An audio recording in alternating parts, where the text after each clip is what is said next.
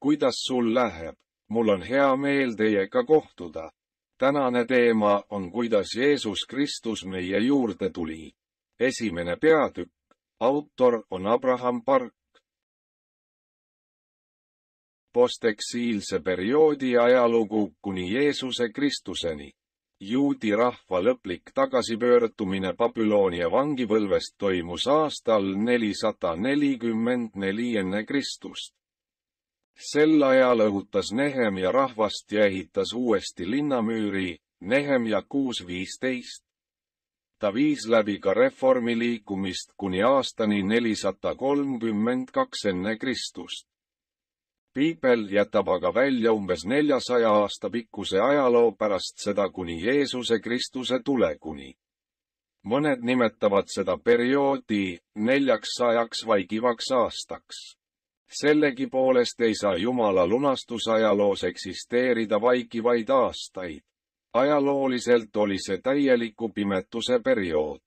Kuid Jumala lunastusajalugu etenes veelgi kiiremini ja võimsamalt nagu kärestikud, mis tormavad läbi ja kaela.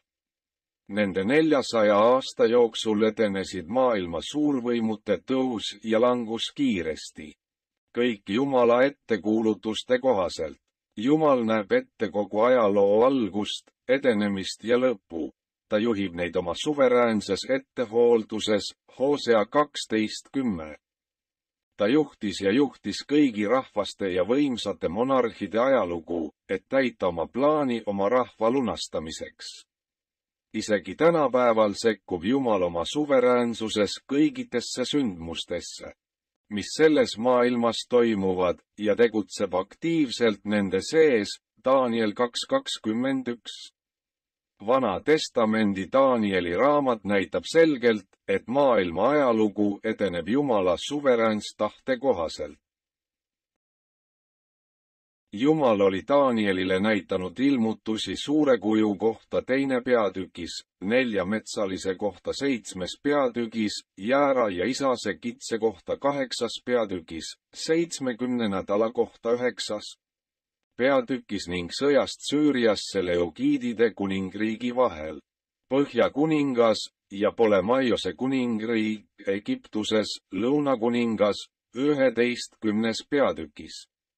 Need kõik olid täpsed ettekuulutused sündmuste kohta, mis maailma ajaloos aset leiavad. Tuline rivaalitsemine maailma suurriikide vahel, alustades Assüüriast, Babylonist, Pärsiast, Kreegast ja lõpuks Roomast. Kulges kooskõlas Jumala prohveti ennustustega Danieli kaudu. Ajalugu ei ole kindlasti juhuslike sündmuste jata. Ajalugu on suurepärane panoraam, mis liigub igavese lepingu täitmise poole. See kulgeb ilma vähimaki kõrvalekaltumiseta Jumala lunastavast ajaloolisest haldusest tema sügava ettehoolduse raames. Nii nagu kogu ajalugu on kulgenud Jumala ettekuulutuste järgi, jätkub ka tulevik tema sõna järgi. Danieli raamat on lõpuks ennustus maailma ajaloo lõpu kohta. Rääkides lõpust, ütles Jeesus, seepärast, kui näete hävitamise jäletust, millest on räägitud prohvet Danieli kaudu, seismas pühas paigas, las lugeja mõistab. Markuse 13:14. Iga õpetus piiblis on kirjutatud õpetuseks ja hoiatuseks kõigile usklikele, kellele on saabunud aegade lõpp. 1. Korintlasele 10:11. Kui me valgustame maailma ajalugu Jumala lunastusajaloo valgusega, saavutame tarkuse, mida tuleb ületada usujulguse ja võiduveendumusega, mis tahes viletsustorm lõpuaegadel, Daniel 8:17. Aja eksiilijärgsest ajastust kuni Jeesuse Kristuse tulekuni võib jagada 5 ajalooperioodiks. Nemad on Pärsia domineerimise periood pärast Nehemja reforme 432–331 enne Kristust, hellenistliku valitsemise periood 331–164 enne Kristust, Makkapite revolutsiooni periood 167–142 enne Kristust, Hasmoneite dünastia periood, 142–63 enne Kristust, Rooma domineerimise periood, 63–4 enne Kristust. Jeesus Kristus sündis aastal 4 enne Kristust. Järgnev ülevaade ajaloost eksiilijärgsest ajastust Jeesuse Kristuseni tõestab, et ka need ajalooperioodid kulgesid Jumala sõna järgi. Pärsia domineerimise periood, 432–331 enne Kristust, pärast Nehemja aega. Lõuna-Juuda kuningriik langes babüloonlaste kätte aastal 586 enne Kristust.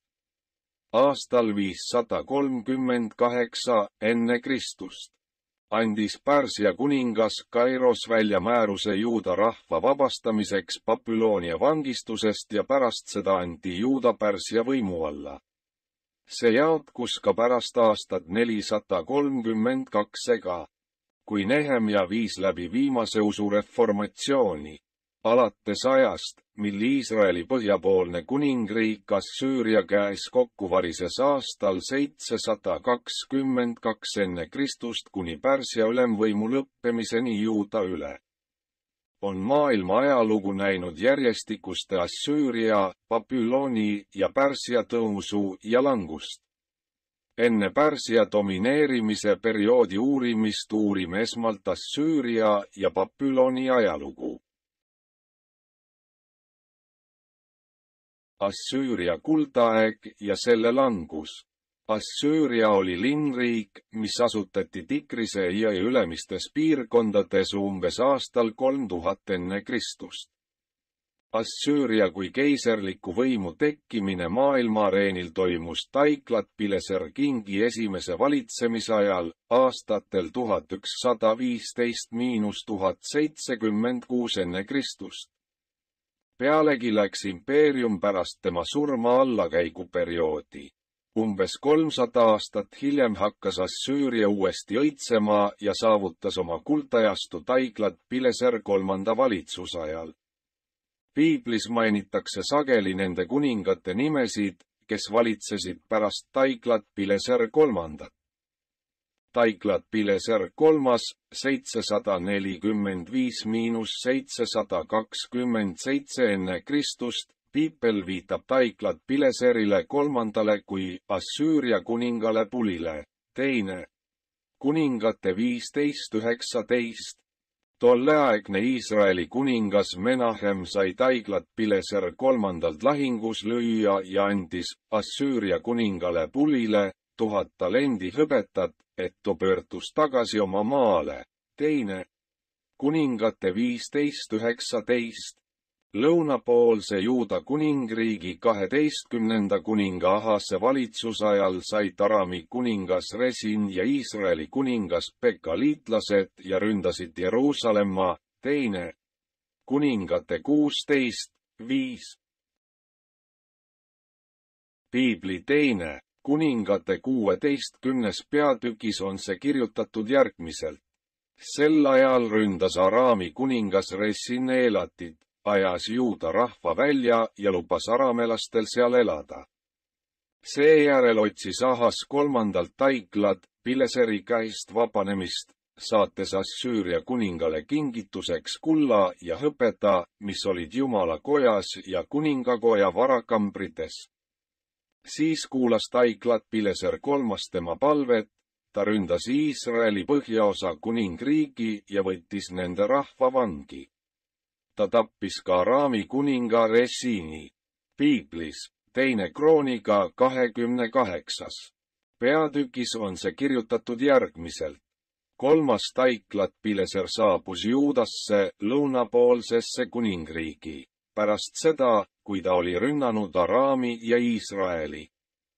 Selle asemel, et aidata Juutat, mis oli etomlaste ja vilistide rünnakute tõttu nurga surutud, kiusas ta neid. Kuigi Ahas oli kinkinud Assüüria kuningale suure varanduse, ei aitanud see teda. Ahas oli ahastuses, kuid selle asemel et Jumalale lootma jääda, tegi ta veelgi rohkem pattu, ohverdades Damaskuse jumalatele. Esimene ajaraamat 5:6 ütleb, tema poeg Peera, kelle Assüüria kuningas Tilgat-Pileser viis pagendusse. Ta oli ruubenlaste juht. Esimene ajaraamat 5:26 ütleb ka, nii õhutas Iisraeli jumal Assüüria kuninga Puli vaimu, nimelt Assüüria kuninga Tilgat-Pileseri vaimu ja viis nad pagendusse. Nimelt ruubenlased, gaatlased ja pool Manasse suguharu ja tõi nad Halahi, Hapori, Harasse ja Goasani ja äärde tänapäevani. Seega toetab esimene Kroonika 5 genealoogia Taiklat-Pileser kolmanda ajaloolisust, alternatiivne kirjapilt, Taiklat-Pilneser. Piibli 2 kuninga peatükkides 17-18 on see kirjutatud järgmiselt. Salmaneser 5, 727, 726–722 enne Kristust, Hoosea, Iisraeli viimane kuningas, sai kuningaks pärast seda, kui ta Assüüria abiga Pekahi tappis. Algul allus ta Assüüriale, kuid hiljem algatas Assüüria vastase poliitika. Selle peale ründas Salmaneser 5 Iisraeli ja piiras Samaariat 3 aastat. Sargon teine, 722, 721–705 enne Kristust, sel ajal, kui 5. Salmaneser piiras Samaariat ja hävitas selle. Röövis tema noorem vend Sargon tema trooni ja hävitas seejärel Iisraeli põhjapoolse kuningriigi. Sanerip 705, 704–681 enne Kristust, lõunapoolse Juuda kuningriigi 13. kuningas Hiskija 14. aastal vallutas Sanerip kõik Juuda kindlustatud linnad ja kuningas Hiskija maksis Assüüria kuningale lõivu. Sanerip oli rünnanud Juudat vastavalt prohvet Jesaja ennustustele. Sanerip ründas teist korda, kuid issanda ingel läks assüürlaste laagrisse ja lõi maha 185 000 inimest. Sealhulgas kõik vägevad sõttalased, komandörid ja ohvitserid, nii et kui nad varahommikul üles tõusid, olid nad kõik surnud. Piibli 2 kuninga peatükkides 18-19 on see kirjutatud järgmiselt. Sennaherib naasis häbiga koju, Peposet panim, häbinäoline või piinlik õhetusnaul. Seejärel läks ta oma jumala Nisrohi, Assüüria tulejumala, Maia ja tema enda pojad Adrammelek ja Sareser tapsid ta mõõgaga. Tema mõrva tragöödia tema enda poegade käe läbi toimus Jesaja ennustuse kohaselt. Sanerip ründas Juutat esmakordselt aastal 701 enne Kristust, kuningas Hiskija 14. aastal. Siis ründas ta teist korda. Kuna Sanerip suri aastal 681 enne Kristust, tähendab see, et ta ei surnud kohe pärast seda, kui ta ei suutnud vallutada Juuda lõunapoolset kuningriigi. Ta pidi olema troonile jäänud ligi 20 aastat, enne kui ta tapeti. Teine, ajaraamat 32:21 annab aga mulje, nagu oleks ta tapetud kohe pärast seda, kui ta naasis teise rünnaku ebaõnnestumisest. Pühakiri salvestab need sündmused sel viisil, et rõhutada Jumala nime rüvetajate traagilist saatust ning näitada, et kõik on Jumala sõna järgi täitunud. Esarhaton 681–669 enne Kristust, pärast oma isa kuningas Saneripi tapmist pidid Adrammelek ja Sareser oma kuriteo eest Araratile põgenema. Nende vend Esarhaton sai Saneripi asemel kuningaks.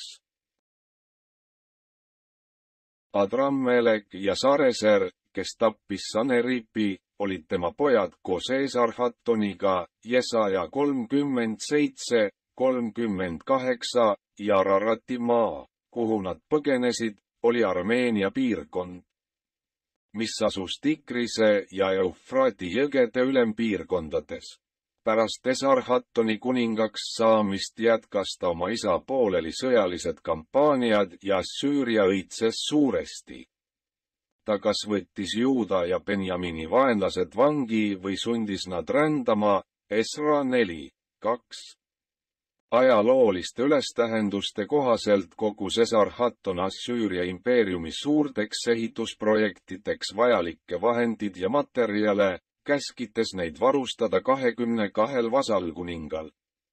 Ning Juuda 14. kuningas Manasse nimi oli vasallite nimekirjas.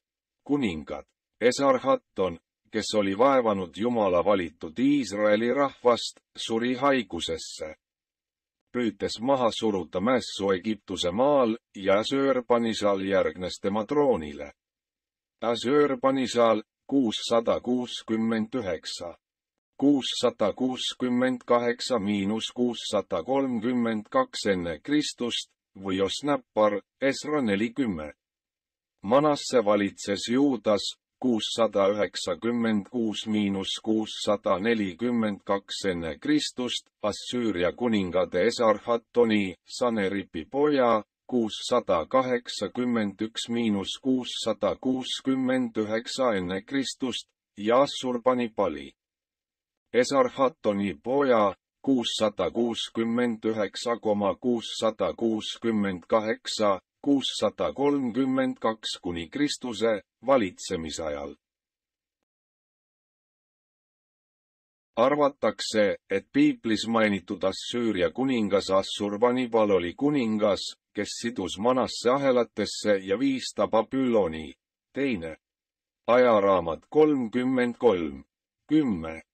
Assüüria epitaafi järgi ründas Assüüria Juudat aastal 648 enne Kristust ja tundub, et see oli siis, kui Manasse viidi Assüüriasse. Ta küüditati 60-aastaselt aastal 648 enne Kristust, mis oli tema valitsemisaja 49. aasta. Kuningas Hiskija, Manasse isa ja Juuda 13. kuningas, oli järginud Assüüria vastast poliitikat. Kuid Manasse järgis oma vanaisa Ahase viise ja rakendas Assüüria pooldavat poliitikat. Manasse nimi oli isegi nende vasallite nimekirjas, kes aitasid Assöör-Banipali, kui ta läks Egiptusesse sõjaretkele. Ehkki Manasse oli Assüüriaga nii tihedat koostööd teinud, pani Jumal Assüüria kuninga südamesse, kui ta korduvalt ei kuuletunud Jumala sõnale, Manasse kinni võtta, ahelatesse situda ja Babüloni viia. Teine. Ajaraamat 33:10. Assüüria kuninga ülemad viisid Manasse Babüloni, mitte Assüüriasse, mis näitab, et Babülon oli sel ajal Assüüria võimu all. Piiblis, teine, Kroonika 33. peatükis, on see kirjutatud järgmiselt. Kui Manasse oli aga ahastuses, palus ta issandat suure alandlikkusega ja palvetas oma vanemate Jumala poole. Siis sai Jumal tema palvest liigutatud ja kuulis tema anumist, ta viis ta tagasi Jeruusalemma ja tema kuningriigi. Manasse tuli lõpuks mõistusele ja mõistis, et issand on Jumal.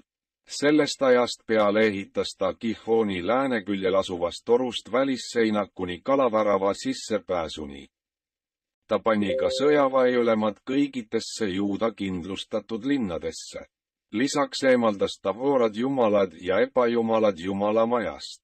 Ta võttis ka altarid, mis ta oli ehitanud issanda koja mäele ja Jeruusalemma, ja viskas need linnast välja. Seejärel püstitas ta issanda altari ja ohverdas nende peal. Seejärel käskis ta inimestel teenida ainult Jumalat. Esra 4:10 ütleb, suur ja auväärne Osnappar küüditati ja asus elama Samaaria linna ja ülejäänud piirkonda Jõtakuses piirkonnas. Siin nimetatakse Assöörbanipalid suureks ja auväärseks Osnapariks, Asnapar-räppa, Veosira. Heebrea väljend räppa Veosira tähendab suurt ja kuulsat, mis näitab Assöörbanipali ülimat sõjalist ja poliitilist võimekust. Pärast seda, kui Assüüria hävitas Iisraeli põhjapoolse kuningriigi, jätkas Assurbanipal oma eelkäija Esarhattoni poliitika tasustada vägisi teistest rahvastest pärit inimesed Samaariasse, teine Kuningate 17:24. Jeruusalemma müürid olid inimesed, kes esitasid iisraellaste vastu süüdistuse Pärsia kuningale Artaxerxesele, Esra 4:7. Assöörbanishal oli need inimesed vägisi Samaariasse toonud. Assuuretil Ilani 632–628 enne Kristust. Assöörbanipalil oli 2 poega ja kuningavõim anti Assuuretil Ilanile. Assöörbanipali teine poeg Sinsariskun sai Babyloonia kuningaks pärast mässu mahasurumist Babyloonis. Seal astus ta vastamisi Assuuretil Ilaniga, tappis ta lõpuks ja võttis Assüüria impeeriumi trooni. Sinsariskun 628–612 enne Kristust. Assüüria rahvuslik võim hakkas pärast Assöörbanipali valitsemist kiiresti kahanema. Assüüria pealinna Niiniv 2:19–36.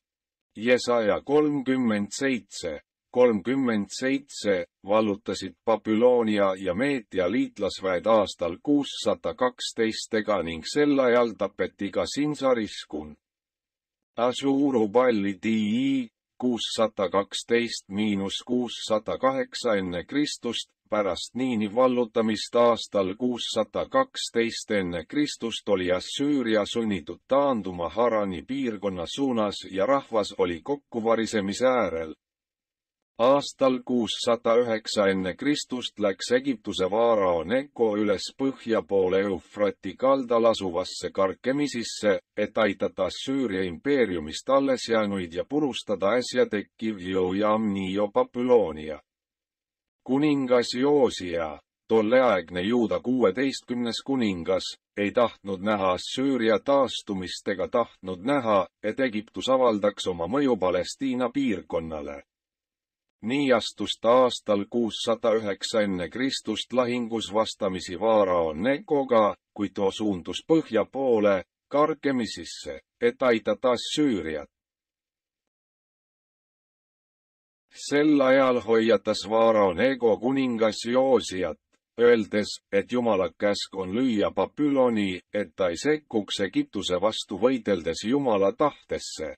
Teine ajaraamat 35:21. Kuningas Josia aga ei mõistnud, et vaarao sõnad olid Jumala suust, nõutis võidlust ja sai lõpuks Mekitu oru lahingus vaenlase noolega haavata. Tema sulane sõidis ta surnukeha vangris ja tõi ta Jeruusalemma, kuid kahjuks ta suri. Teine Kuningate 23:29. Hiljem, aastal 608 enne Kristust, kui Assurbanipal teine, 612–608 enne Kristust, oli võimul, hävitati Assüüria täielikult Babyloni Nabopolassari käe läbi. See oli millalgi kuningas Joahase valitsusaja lõpu ja Juuda kuninga Joakimi valitsemisaja alguse vahel. Teine Kuningate 23:34. Assüüria langemine toimus kooskõlas Jumala suveräänsusega, kes on kogu ajaloo issand. See oli prohvetide Nahumi ja Sefania kaudu räägitud Jumala ennustuse täpne täitumine. Nahum 1:1. Assüüria pealinn Niiniv oli suurlinn, Joona 1:2, kus oli 120 000 last, kes ei tea, mis vahe on oma paremal ja vasakul käel, Joona 4:11, ja kokku 600 000 elanikku. Sealhulgas kõik täiskasvanud, ammu aega tagasi. kui prohvet Joona oli kuulutanud sõnumit Jumala kohtuotsusest, Joona 3:4, paastusid Niiniv kuningas, inimesed ja isegi loomad. Nad riietusid meeleparanduseks kotirii ja pöördusid oma kurjalt teelt. Selle peale ilmutas Jumal suurt halastust ja õnnetus ei tabanud neid, Joona 3:5. Kuigi Jumal võib olla kavandas kohut. Kui me kahetseme oma südame sügavusest meelt ja pöördume oma teedelt, siis ta andestab meie patud ja päästab meid, Luuka 11:30. Eeldatakse, et prohvet Joona kuulutas oma sõnumi Niinivele umbes ajal, mil päikesevarjutus toimus 6. kuu 15. päeval aastal 763 enne Kristust. Seetõttu oletatakse, et ta tegutses aastatel 780–763 enne Kristust. Niiniv oli uhke ja rõõmus linn, mis valitses kogu maailma üle nii, et hoopõls, pole kedagi peale minu, Sefanja 2:15. Oma võimsa jõuga uhkeldanud linn aga hävitati 150 aastat pärast Joona sõnumi kuulutamist. Linn, mis oli pärast meeleparandust andestuse saanud, hävitati üleöö, kuna see pani toime kurja, valates naaberrahvaste verd ning oma pettuste, vägivalla, rüüstamise, hooramiste, nõiduste ja ebajumala kummartamise eest, Nahum 3:1. Assüüria hävitamine on ajaloo karm õppetund. Linn või rahvas võis ühel hetkel oma ajaloos kahetseda, see aga hävitatakse lõpuks. Kui ta ei kuuletu Jumala sõnale lõpuni, vaid vaidleb Jumala vastu ja kummartab ebajumalaid. Selle raamatu autor on Abraham Park. Abraham Park oli tunnustatud maailmatasemel teoloog, kellel oli tähelepanuväärne pastoraalne vaimsus. Ta oli pühendanud kogu oma elu palvele ja pühakirjale, olles lugenud piiblit üle 1800 korra. Kogu oma eluaegse teenimistöö oli ta tõeline pastor, kes armastas kirikut ja kogutust nagu oma lapsi. Tema päevakava koosnes 2-tunnisest palvest ja 3-tunnisest piibli lugemisest, samuti pitevast jutlustamisest ja evantseliseerimisest. Veendumusega, et surma tähendab elada, ta andis oma palveelus Jumala poole oma parima 3 aastat, 6 kuud ja 7 päeva sügavates mägedes. Kui päike loojus, ei teinud ta muud, kui palvetas. Kui päike tõusis, ei teinud ta muud, kui luges piiblit. Siis lõpuks paistis tema peale üksainus armukiir. Kogu püha vaimu võimsa valgustuse ja Jumala armu läbi avanesid piiblitseenid tema silme ees panoraamina.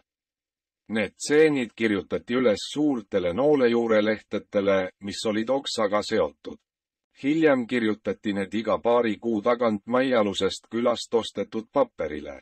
Nii said alguse Abraham Parki jutlused. Paljudele inimestele avaldab Abrahami Park muljet järgmiselt. Kuidas saab inimene armastada nii palju inimesi? Kuidas saab inimene avaldada nii suurt mõju nii paljudele inimestele? Ta on nii töökas, et ei puhka kunagi. Ta ei lakanud palvetamast. Ta väärib tõelist austust oma pühendumise eest kirikule ja kogudustele. Tõeline ja ustav Jumala töötegija.